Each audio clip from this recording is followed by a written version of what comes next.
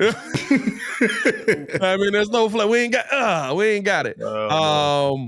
Let's keep this thing moving along, though, because the one thing that is an interesting conversation I do want to get into is the Jaylon Johnson situation.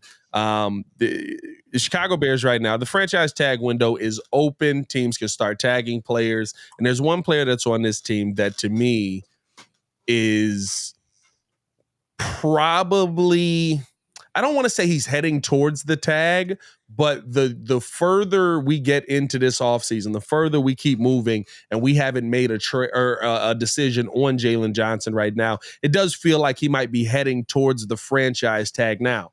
With that tag, that doesn't mean that you can't sign him to a long-term deal. That can mean we're going to tag him to allow us to get more time to come to an agreement here. But do you think that there's a chance that Jaylon Johnson gets tagged and has to play out this season on the tag? Yes. Well, from the perspective of his performance, no. I mean, you got to look at his whole entire season. We've spoken this into the ground, but his takeaways were the issue, and so having those 4 interceptions really kind of propelled him into, I think, being one of the top cornerbacks. And he possibly could demand that, being in that 20 to 21 million range per year. Yeah. The only thing that would probably set it back is if Ryan Poles kind of plays hard. I don't want to say it, but I'm say it. Hardball is okay. I was just going. Okay, there's too many pauses. I don't even know how. Nah, that was crazy. He grabbed literal giant balls for the NFL, bro, which you would assume the NFL has, but it was just crazy visual. So Ryan Poles may play a little hardball with him because he may say, when they come to the table and discuss the contract, you've been kind of injured in the past. I think he has over 14 games with various injuries, especially with his shoulder since 2020. So that's something that could probably limit his contract. But I'm thinking he's going to be top 5 at least.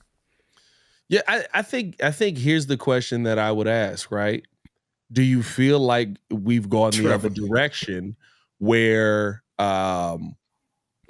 Jaylon Johnson, yes, in theory he has some leverage, but really the leverage is in the Bears' court right now, because the one thing that wouldn't happen last year that can happen now is Jaylon Johnson right now, when he went and things broke down at the table before, you went back to the table and he said, give me a trade. I want out of here. I don't want to be a Bear. I've tried to work with you guys. You don't want to work with me. I'm out. Right? Bears say, you go out, you facilitate you a deal, you figure out what you want. We're asking a first-round pick for you, though. He goes out. Everybody kind of looks at him and goes, you want to make how much? And we got a trade for you? Nah, we're good. That was then. Since then, we've added pass rush. Now you can see how good he is with a pass rush. Now you can see how well he can take the football away with a pass rush. You see how much of an elite player he is with a pass rush. He's now I think at that point, you probably would say he's a top 10, maybe top 15 corner in the NFL. Now at the end of the season, he's a top 5 corner. You know what teams are willing to trade for? Top 5 corners. So to me, the franchise tag not only allows you the option for somebody like Ryan Poles, where if you feel wrong paying Jaylon Johnson, which I don't think you should, I think Jaylon Johnson should get his money. You opened up the $21.6 million. You basically should have deposited that directly into his bank account for this season and said it gets better from here. But if you're Ryan Poles and you're trying to do the only business type of decision right now, you could tag him for the 18.5 something million. I had 18.7. Let's just call it 18.7 for cornerbacks. You can go into the season still with him on that franchise tag. Let him play out on the tag. If you can't get a deal worked out at that point, right, you can trade him away and go, yeah, we still were able to get something now because teams are more willing to give that draft capital there. I think that could be a scenario that we might end up seeing play out. I would assume the more likely scenario is that he gets the long-term deal. But I think for right now, you have to think that that's a possibility because, once again, Poles with all the leverage in his court, even when you thought, when I was breaking this down, I was like, Jaylon Johnson got us, man. We got to pay him the 21. And I was like, wait a minute, now actually, Because I would assume with Matt Eberflus in there, we're probably drafting 2 more DBs.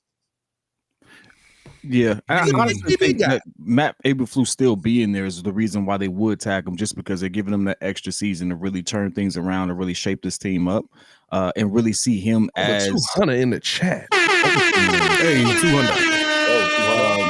That's what I can foresee, and it wouldn't be uncommon. I mean, I know it's a different position, but it's Hey, Jaylon Johnson. that's good breaking news. Have gone through being tagged in this situation. Some players have gotten tagged multiple times. I mean, even Chris Jones at this point was dealing with the fact that they couldn't get a deal done and end up tagging him and stuff like that. So it wouldn't be beyond the realm of possibility that he gets tagged. And I honestly think it would make sense for Poles to do it, because who's to say that Eberflus is still here? Who's to say that all these things work out and you have to end up, imploding so to speak, and just, revamping some things. And so I think it would just give them the best opportunity to see what's what, and then give them a bag. And then especially as we save more money to build out other pieces. But I will say the average rate for what he would make is what, 23?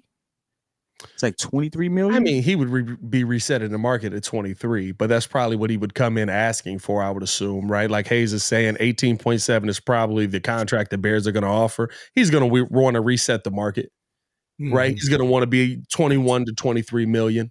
I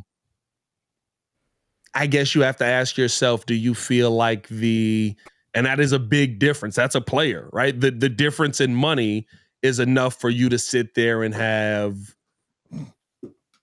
to possibly mess up the relationship that is between Jaylon Johnson and what the Bears currently have. Because that's what happens on the franchise tag, right? Sometimes people love it. Sometimes people are like, hey, I'm just glad to be here. Pay me my money. I'm going to get this 18. Kirk Cousins played it out.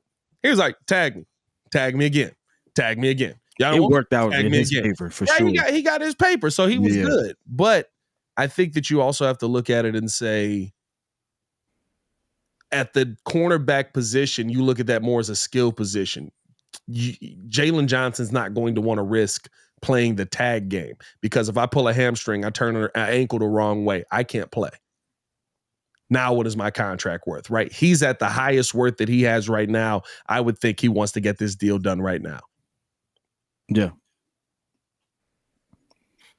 Everybody's silent. Everybody's just like, everybody else had nothing to say. Crickets. Nobody else had nothing to add to that. Good Lord. Everybody looking at the chat trying to see what Hayes is frying. That's what's wrong with I'm good. That's what's I'm good. wrong. Hey, I'm literally trying to stay focused on just these 4 boxes right here. It's killing you right now. It's the 4 boxes. That's all. If you don't pay attention, fight back. Fight back. You got the mic. Fight back. You said I got the money. You got the mic. But he paid 10 yesterday. I'm your live. Like, fight back. You got the money is hilarious, bro. He did. This man super chatted to get himself on the screen. Joe said, you could have just tapped me on the shoulder for free. I just wanted to do something different, man. I could have did that. I just wanted to be silly. It was funny. Is there anybody else on the Bears right now that you guys feel you're looking at as a tag option possibly? That has proven themselves? No. I mean, you still got. Well, no. Actually, no. Not really. I don't see anybody else, because DJ Moore's here for another 2 years. Oh yeah, DJ's here.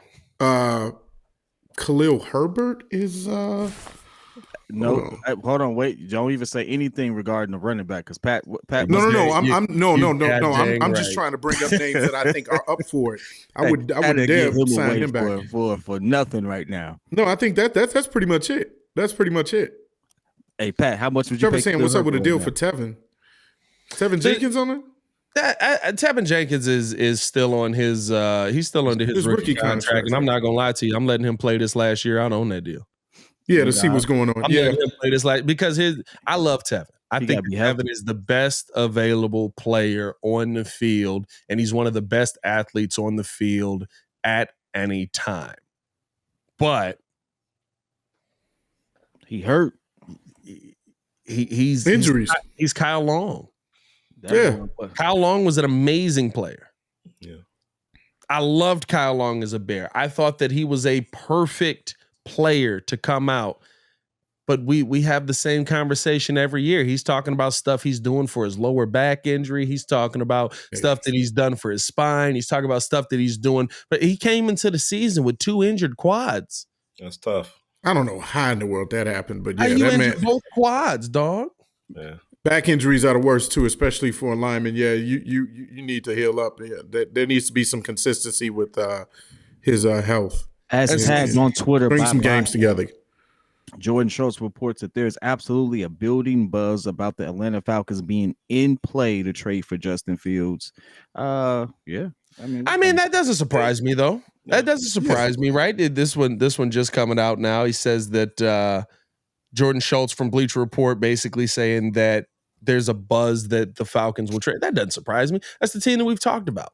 Yeah, them in Pittsburgh. That's not a Those new two. report, right? Like that's the only team that we've really talked about as having real interest. Everything outside of that is just like a Mike Tomlin smile as Justin Fields walks past.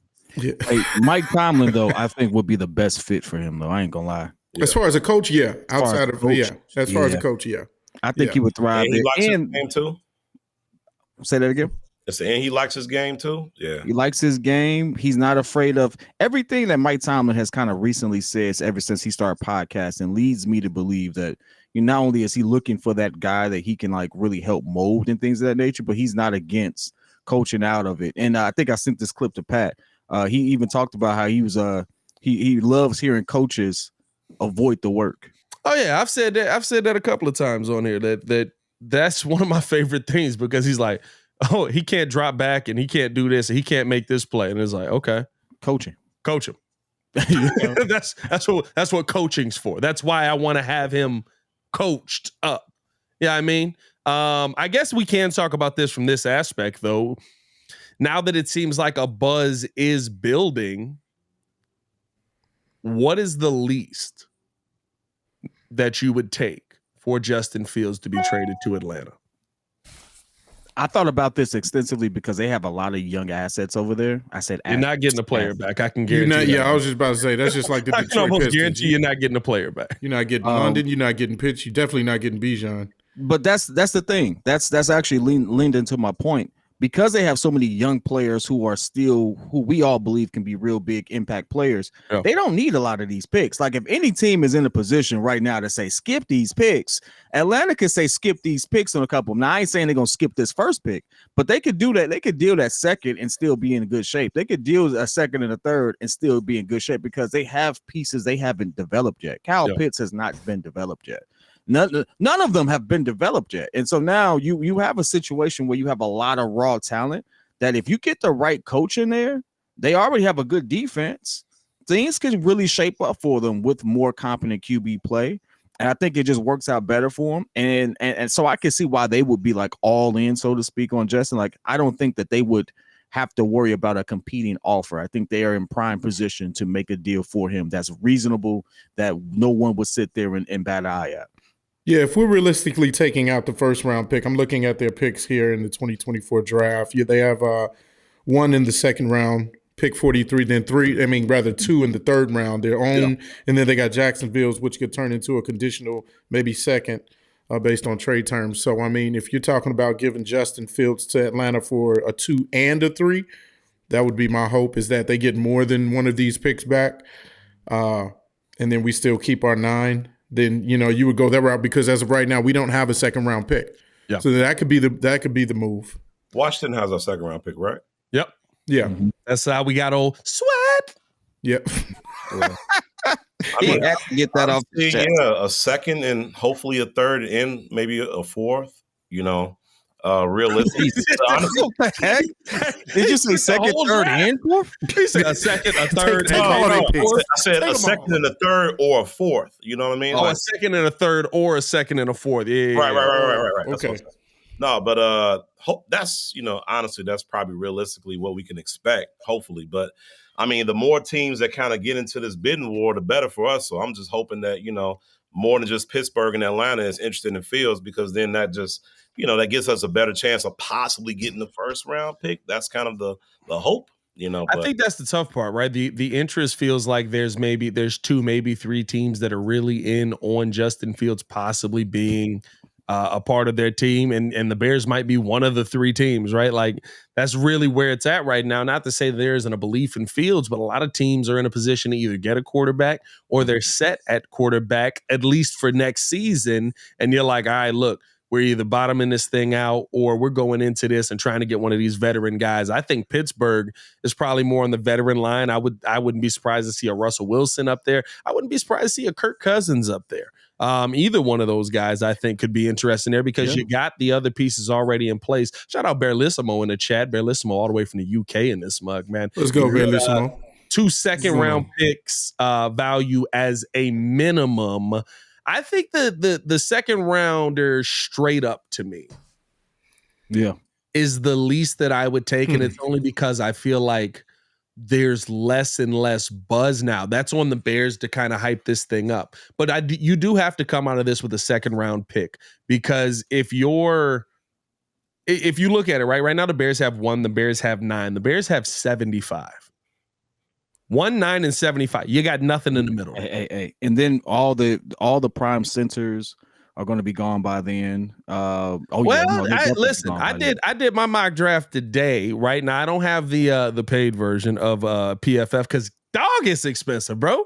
But I did my mock draft today over on the Chicago Bears podcast. But we can bring it here, right? So with doing nothing. The image though. Hey, the image is literally me going. The image is literally me going. I ain't paying for PFF. Don't blame me. It's just $30. $30. I ain't paying for PFF. So bear with me here, right? But this is with doing nothing. You take Caleb Williams, number 1. I think that's kind of the general consensus on what the draft is heading towards. But we'll see what that ends up being, depending on what they do with Justin Fields.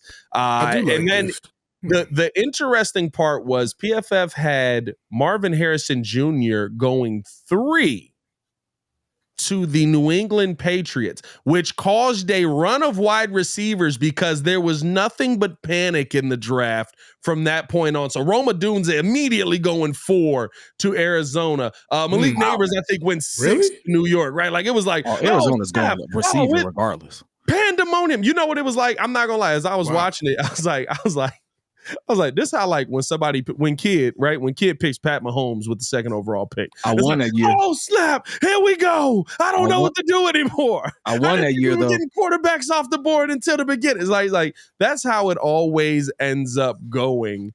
And so, listen, I do like PFN's mock, but PFN doesn't allow you to trade players. That was the only problem that I had with that. But hey, I love that Pat threw me under the bus with that when he clearly did it last draft too. Yeah, no, it auto drafted that. Remember? No, you chose Patrick Mahomes. No, it picked whoever the top player was. Now he gonna auto draft. All right, Pat. Okay, so I got a question. That when it happened, I said in the first round, I was not paying attention because I was at a whole nother event. I was at my brother's house. That mother picked Pat Mahomes first. You see, I ain't doing no other leagues. But no, I did win my league this year though. But no, after that, right, Dallas Turner at 9.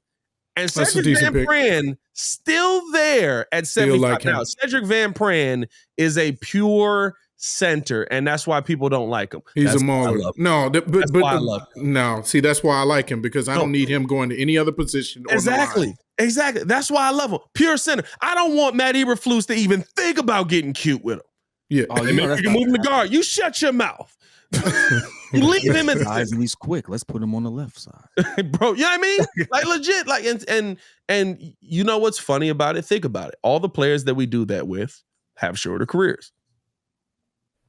Cody Whitehair has had a long run with the Bears, 10-year career.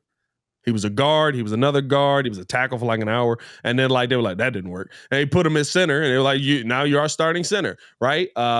Lucas Patrick. He was a guard with the Packers. They moved him to center a little bit. We saw that. We liked that. We moved him to center. He can't play. He's beaten up. Right? Like you sitting here moving guys around. Tevin Jenkins is a guy that's moved all around the line. He's pretty much played every position but center. He's beaten up. Yeah. Like me, I really like Van Pran because, and if he's available for you at 75, that to me makes me feel better. I've done a couple of mock drafts and he's been available in that late 2nd to 3rd round range. And that to me makes me feel better because that is where I want to get my center at. Yeah, I believe he has a 2nd round grade. If you get him in the 3rd at that, man, that would be nice. That would be real nice. Now, again, that is why you have to have the whole, right? Like there has to be some chaos that sets in. Somebody's got to do something that nobody expects. When I saw MHJ 3rd, I was like, what the heck are they doing? Hold on now.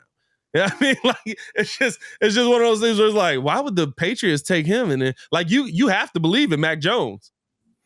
Oh, the one thing I did hear that, and I mean, everyone's just throwing stuff out there, but Yeah, if the Washington Commanders actually do go QB, someone trading for Sam Howell because Sam heard the Howell had a Jets decent. interested. He had a decent season with a bad O-line. I mean, there's some things to work on, but it's his first season starting. He has a lot of promise. He has a very the worst version of Josh Allen thing going on right now. Yeah, that you can kind of coach out of. But he still put up 4,000 yards. He was 21 or 21. So I mean, it was a 1-to-1 ratio on turnovers, but he also was the most sacked QB. He was the most sacked QB, had one of the worst O-lines, and he had the most attempts in passing all season. Now, why you would do that to a QB is probably why Eric Bieniemy got fired. But all right, I don't know. I you can have Sam Howell. I'm cool on Sam Howell. Hey, listen, if Justin was getting hit as much as he was getting hit, and we still had him dropping back 612 times, I mean, for the most part, we did. Hey, look at how we feel about it. Hey, look, Justin could just get away. Sam Howell can't. That's really what it comes down to. You know what I'm saying? Sam Howell was getting cracked. So, I mean, hey, it's something to build off of. If I'm being honest, I think that trade, and again, Russell Wilson, wherever he lands, really shakes things up for this draft, because that is the big difference between you going QB for this year or going this high for some teams as opposed to waiting, maybe even going for a later round. Bo Nix is a name that kind of creeps up for a lot of teams now.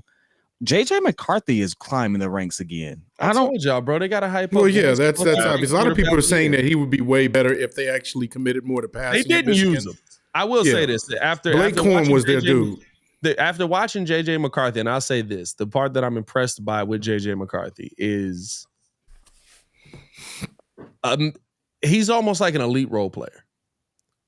And what I mean by that is, like, you getting 6 shots a game and you knock down 4 of them.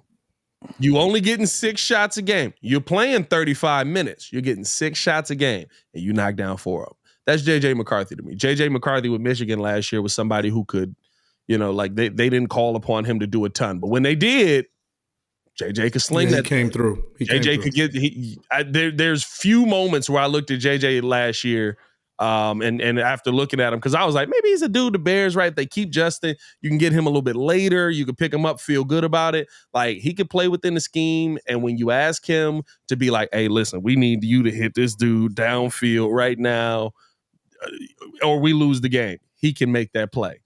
Yeah. That to me is an intriguing type of player, and I think that's why he's flying up the draft board. But I don't like if somebody is, the Giants taking him 6, aren't they? Giants gonna take him 6. You think Giants gonna take JJ 6? That feels like a Daboll move, don't it? Ooh. I wouldn't be surprised if they try to trade up. Honestly, that feels like a Daboll move. Yeah, I mean, like that feels like we didn't get Drake May or Jaden Daniels, or let me get JJ. 5 QBs that we're talking about now? Yeah. A lot of QBs go. Penix, JJ, Drake May, Jaden, obviously Caleb. You got Bo Nix that might be later on in the draft, but yeah. Who the heck does Bo Nix go to? He'll probably be a backup for somebody. Like, I could see him going to Seattle. If you're saying, who is he in the NFL right now? Like, who's his comp on top? Yeah, who's his comp and what team is going to get him? Like, what team? Bo Nix is just this weird, like, I mean, he can ball, but I don't know, like, somebody just like fell up there. What the heck is going on? I just remember you being so surprised when you found out Bo Nix was white. That was the funniest thing in the world. He was like, Bo Nix is white. I didn't know. I thought he was like Hispanic or something. I don't know why I thought he was like, I was like, Bo Nix? What? Bo Nix going to Denver. I could see that too. Yeah, with Russ being I could see on the outs. I could see Bo Nix and JJ, another name, right? Another team. If JJ does get down a little bit further, that I could see Denver taking. JJ to Denver to me seems almost perfect. Like, that seems like a match made in heaven for him. I'm trying to see if they have a comparative on here with normally these draft breakdowns are like, this is who he most profile player reminds me breakdown. of.